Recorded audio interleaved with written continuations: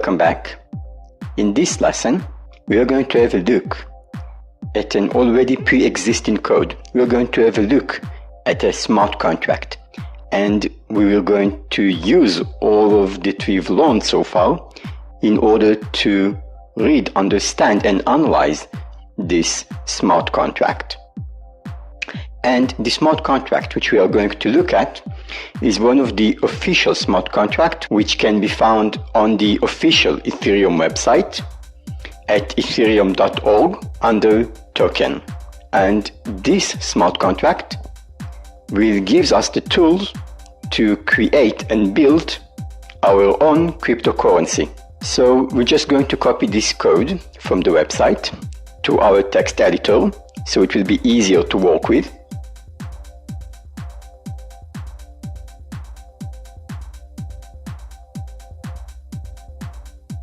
There we go.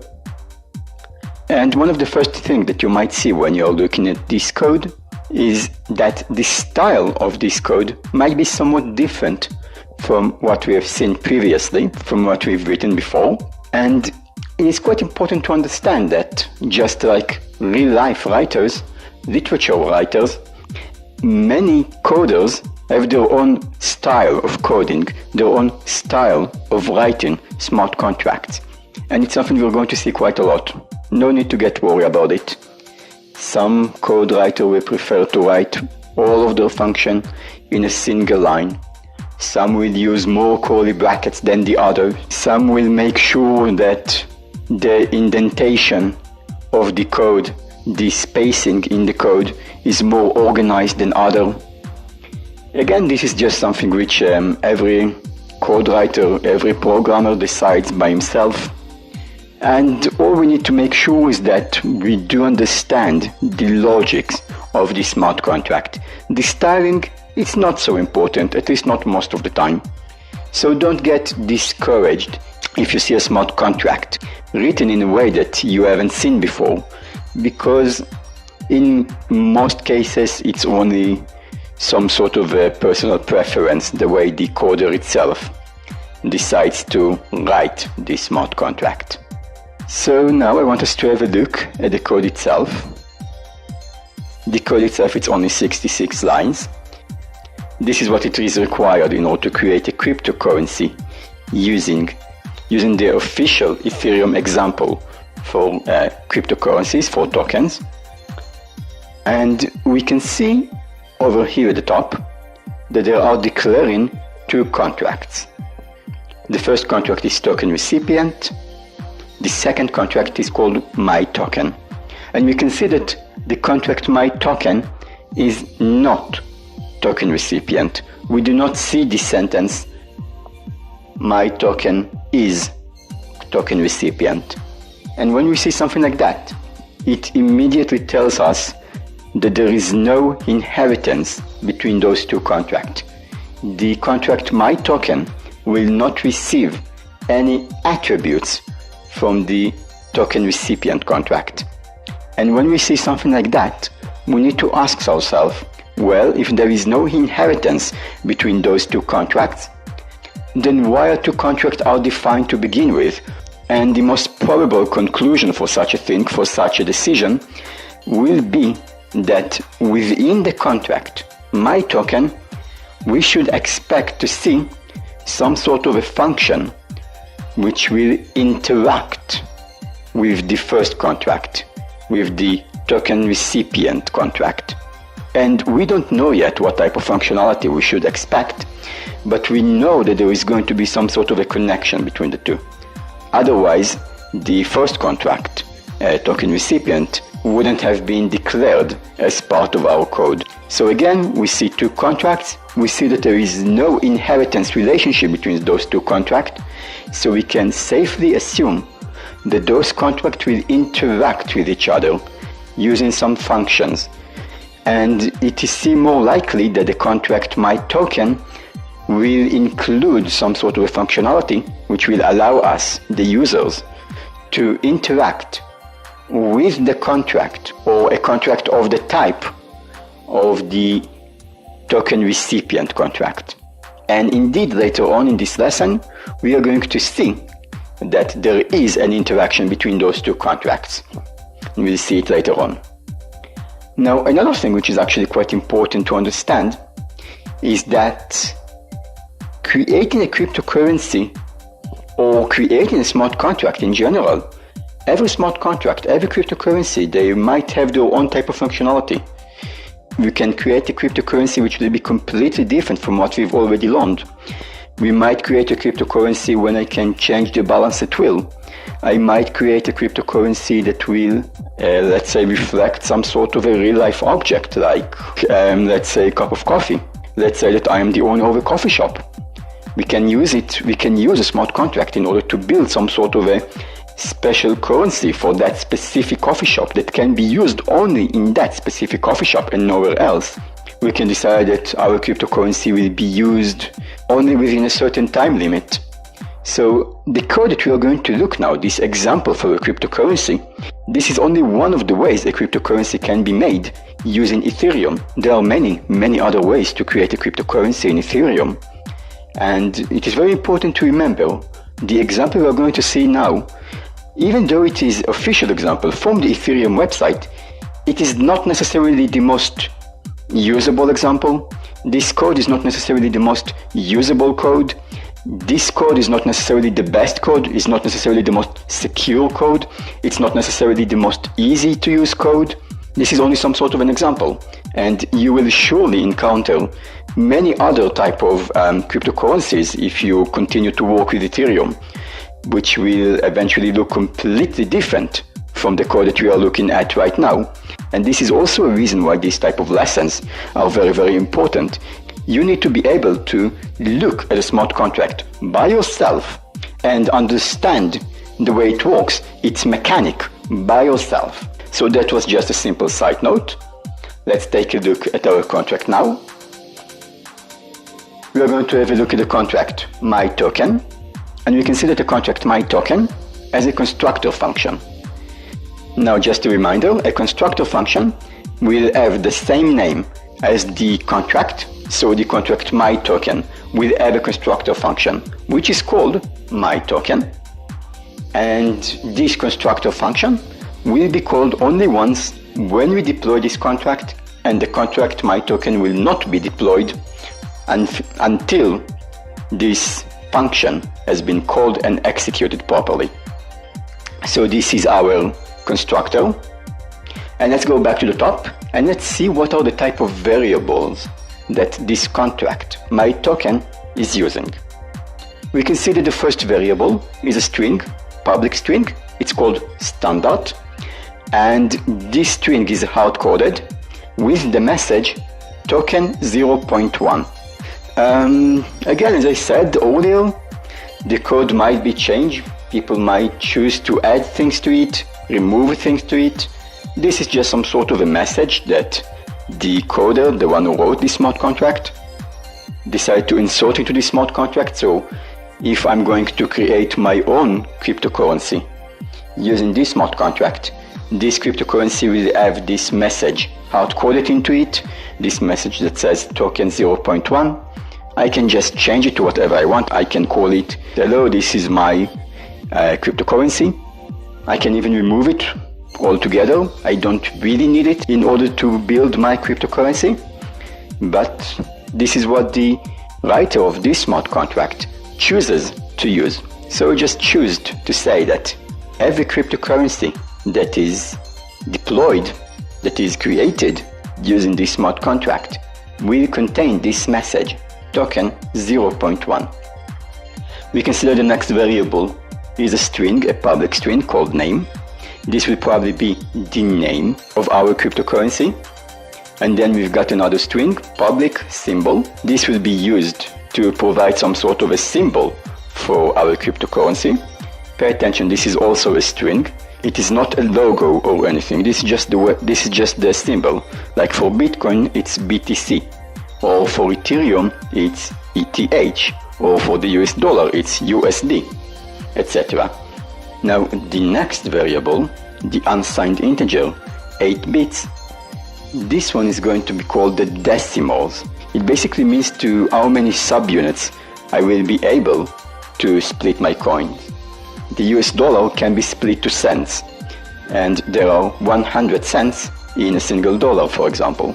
But 1 Bitcoin, for example, can be split to satoshis. So 1 billion satoshis is 1 Bitcoin. And Ethereum can be also split into Wei. So 1 followed by 18 zeros of Wei is 1 Ether. And we can choose the denomination of the cryptocurrency that we are going to create.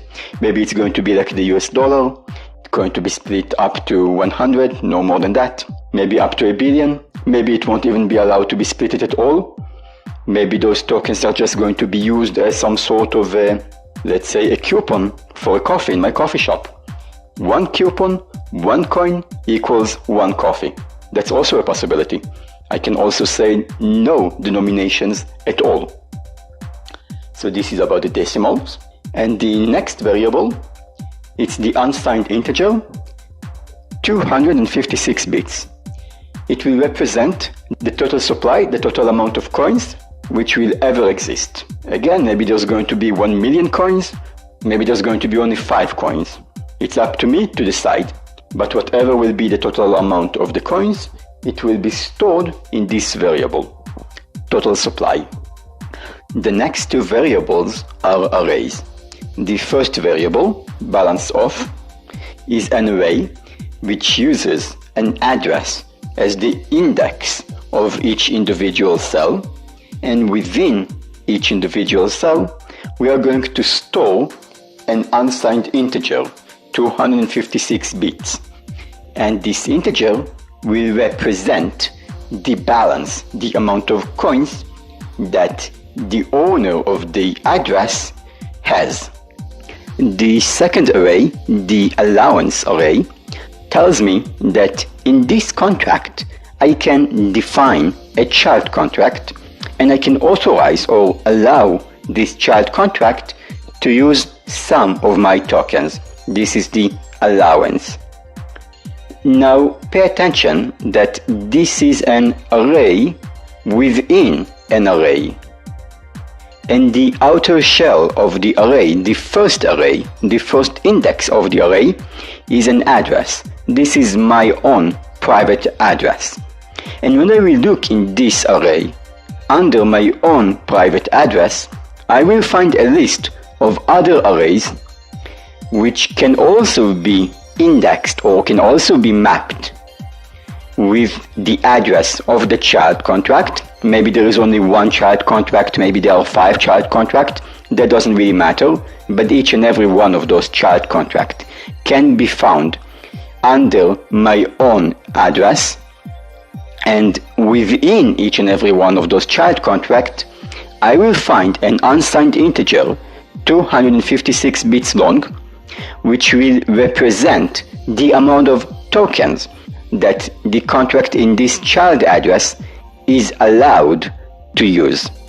So this is the allowance array, which is an array within an array. And we will see it in action in a few more minutes. The last item on our agenda, this is an event. This event is called transfer, and basically it will give some sort of a message to the outside world. It will give some sort of a notification to the people who are following my contract. It will basically contain the address of the sender, which is from, the address of the receiver, which is to, and the value, the amount of coins which are transferred during this transaction. And we can see that both the from address and the to address can be used as an index. That means that whoever will watch this contract from outside of the blockchain will be able to look for those specific addresses because they are the index addresses. So this is it about the event transfer. And now that we know what variables we are using, let's have a look at our constructor function, at myToken function. We can see that this function asks the user to insert 4 arguments: the initial supply, the token name, the decimal units, and the token symbol. We can assume quite easily that the initial supply should be stored within the variable total supply, that the token name should be stored into the variable name, that the token symbol should be stored into the variable symbol, and that the decimal units should be stored into the variable decimals. But the first line, balance of the message sender equal initial supply, that might be not so obvious. The main idea behind this line is that the one who create this cryptocurrency, the one who create those coins, will be the one who will receive all of the initial amount of coins. If I create 1 million coins, my address will be the address that will receive those million coins, and then I'm of course free to send it to other people if I want to. But my address will be the address which will get the initial amount of the coins. Okay, so finally we have the cryptocurrency. We have declared the variables. We know how the constructor function works. And let's see what type of functionality this cryptocurrency have. And we consider the first function is called transfer. Pay attention, this is transfer with a lowercase t, not to be confused with the event transfer, which we saw earlier. The event transfer has a capital letter T, a capital T. Event, capital T, function, lowercase t. Not to be confused. Anyway, this function transfer asks the user, the one who uses this function, to insert two arguments. To insert the to address, the address of the receiver, and the unsigned integer 256 bits, which will represent the value. And now we can see that in order to transfer this money, an if statement is used. And the first if statement checks for the following. If the balance of the message sender, of the one who executed this function, is lower than the amount of coins that he wishes to send, then just throw him out. By the way, over here you can also see some sort of a difference in the style. When we have used the if statement in the previous lesson, we've used it with curly brackets, like so. And you consider the coder of this code chooses not to use the curly brackets. This is of course his or her decision, and it will only affect the style of the code, but it won't change the way it works. So let's move along to the next if statement. The next if statement, this is a bit more complex and a bit less intuitive, but what it will basically do, it will look at the balance of the receiver of the to address, and it will say if the balance of the receiver plus the amount which we want to transfer to this address will be lower than the current balance of the receiver, and then throw. Why do you want to make sure that the new balance is not lower than the original balance? Well, there are some way to make some sort of an attack on integers. It is something which is a bit more complex, so I'm not really going to talk about it in these lessons. But sometimes even an unsigned integer can be fooled to contain numbers that it shouldn't actually support them. We said that the unsigned integer will never include negative numbers, so I won't be able to send someone -5 coins. But there are some way to fool the unsigned integer and make it contain numbers that it shouldn't. So this is some sort of a security mechanism to make sure that no matter what, the value will always be a positive number. There will be another security checkpoint, and that checkpoint will be to make sure that the balance of the receiver plus the new value will never be lower than the original balance. of the receiver. So this line over here, this is another type of a security mechanism. Again, there are many types of attacks and there are many types of ways to implement security into your contract. It is a bit more of a complex topic, but this is a good example on another way to make sure that no matter what, nobody will be able to drain the account of the receiver. The next two lines are very straightforward. First, it will look at the balance of the message sender and it will reduce the value, the amount of coin that needs to be transferred. Pay attention, they use the minus equal sign. This is a more stylish way to just say subtract a number after the value has been reduced from the address of the sender. It will be added to the balance of the receiver, and the last command in our function is to send the event transfer to notify anyone who watches this contract that the message sender send to the receiver _2 and a specific amount of coins represented as _value. And now anyone who watches this contract can see that the transfer was completed. You can see who sent these tokens to whom and how many tokens were delivered as well. So now it's time to look at the next function. The next function is approve and call. This approve and call function, this is the first time when we're actually going to interact with this allowance functionality. As I told you, this smart contract, this cryptocurrency, the creator of this cryptocurrency wanted to put some sort of an extra functionality to this currency. It's not just that you will send and receive the coins, but you can also set an allowance. You can allow a specific address, a specific child contract to use a predefined amount of the token that you will allocate to this child. I have 50 coins and I want to give 5 coins to one of my child contract. Then this child contract will be allowed to use 5 tokens from my own balance. Now this function takes 3 arguments. The first argument is the spender address, the address of the spender. The spender is the child contract. The second argument is an unsigned integer.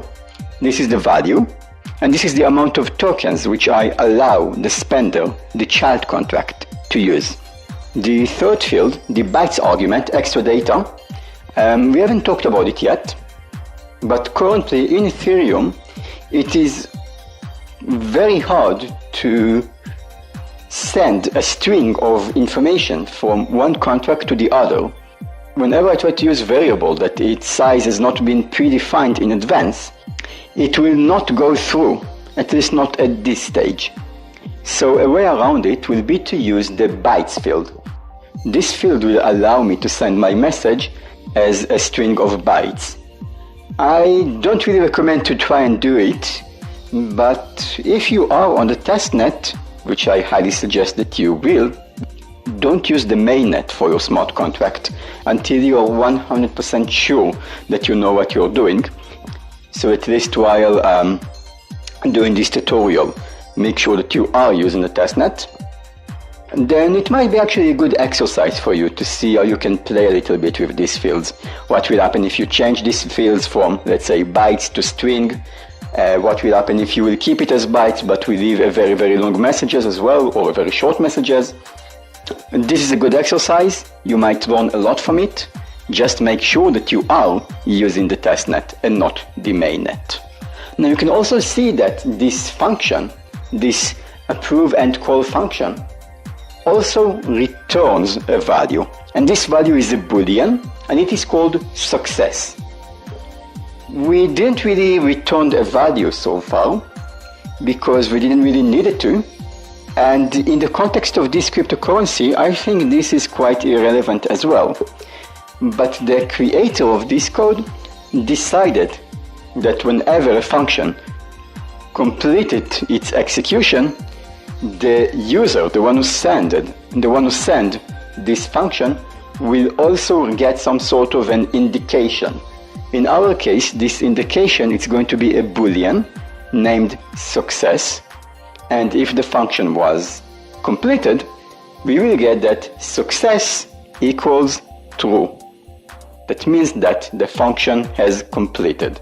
We won't get it in a notification, but if we have a more complex type of smart contract, we will be able to use this boolean success or maybe store it in a variable.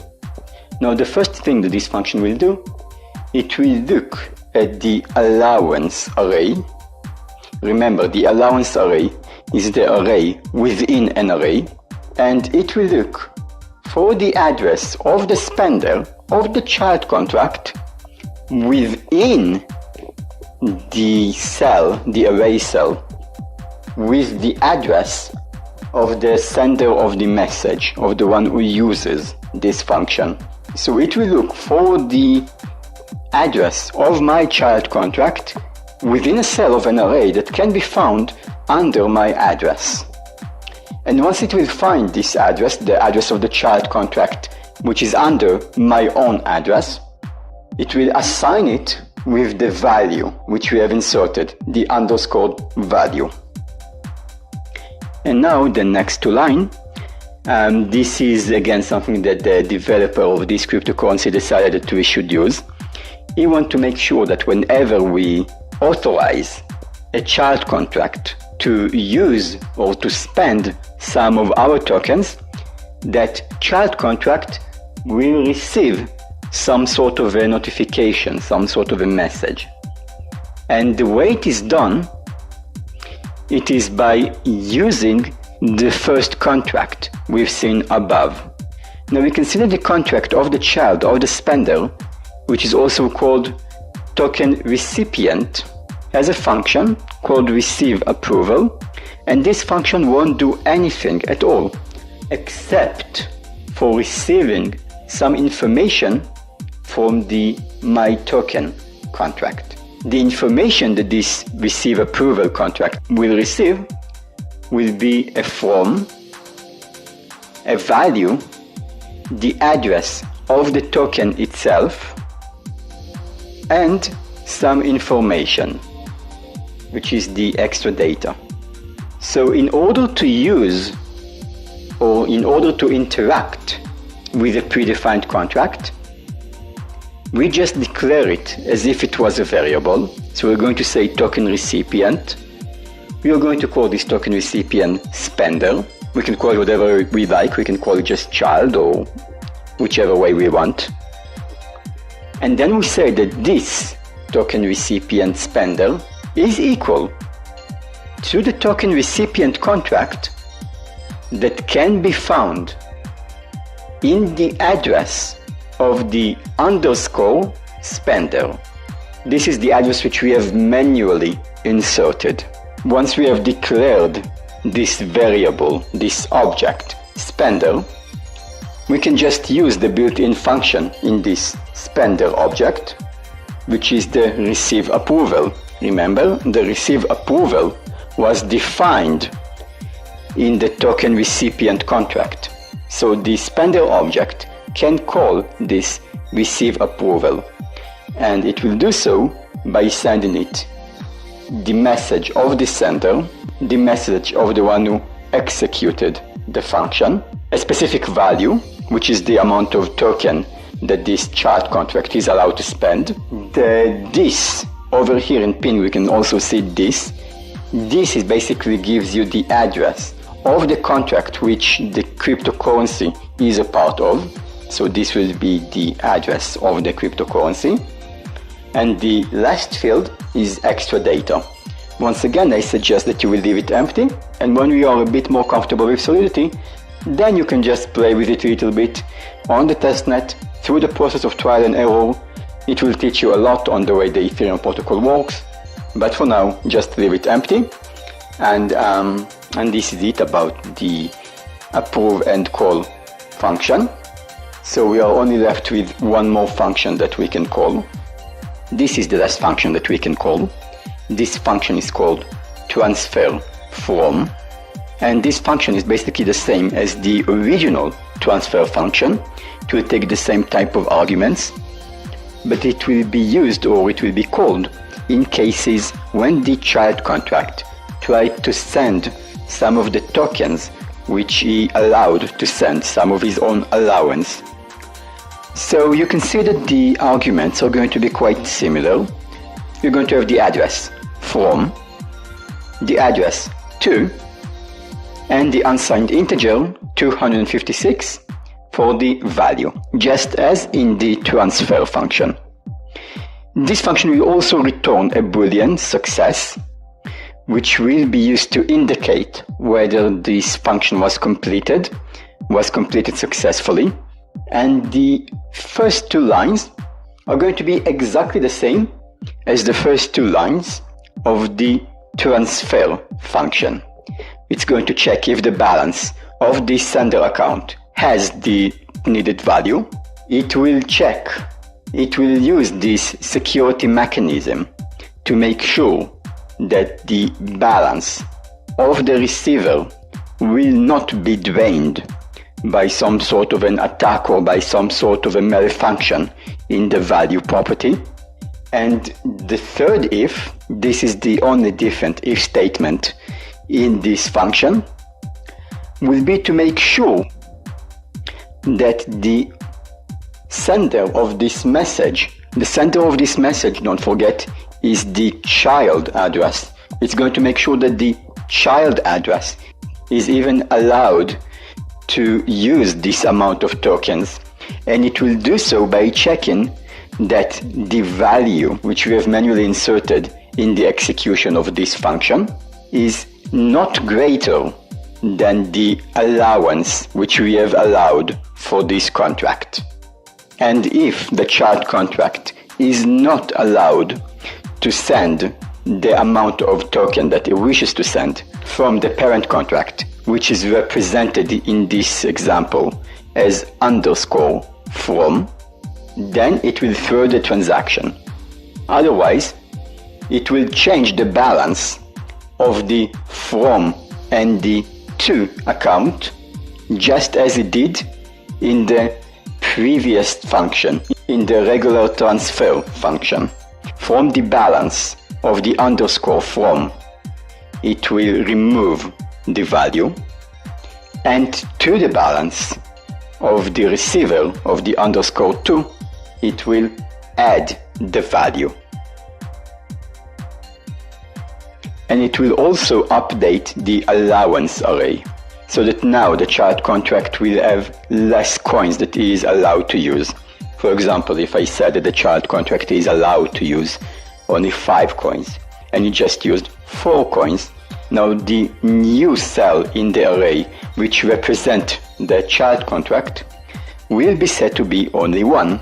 He was allowed to use 5, he used 4.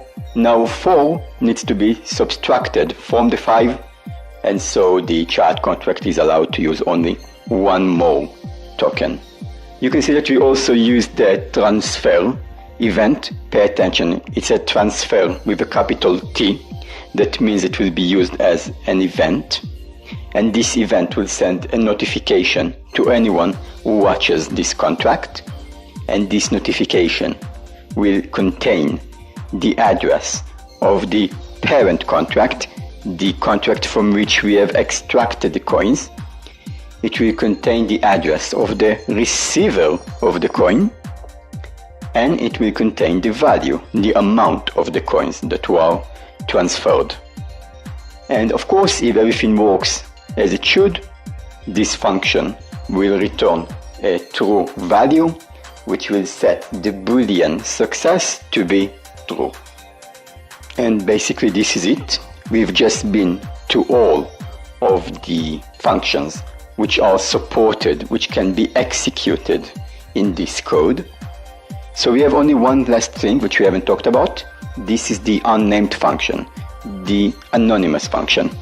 This unnamed function basically means that if a user will try to interact with this contract, with my contract, without using one of the predefined functions, either transfer, transfer from, or approved and call, it will be rejected, that user will be thrown out.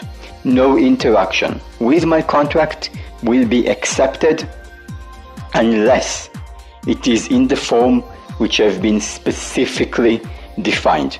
Those three functions: transfer, approve and call, and transfer from. And this is it. Basically, right now we've looked at the code of a smart contract. We've learned this code. We saw how this code can be executed. We've walked through the mechanism and the logic of this code.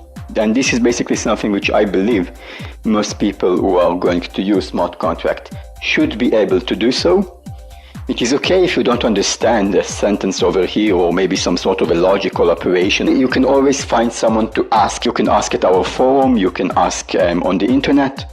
You will eventually find the answer for your question. But you should have some basic understanding on what is a smart contract and how to approach a smart contract, how you can read it, what to expect a smart contract to do, etc. So that was it, and I wish you best of luck. And again, if you have more questions, don't hesitate to ask. This is the best way to learn. Formulating a question and then finding a solution to that question is the best process of learning. And I wish you best of luck. Goodbye.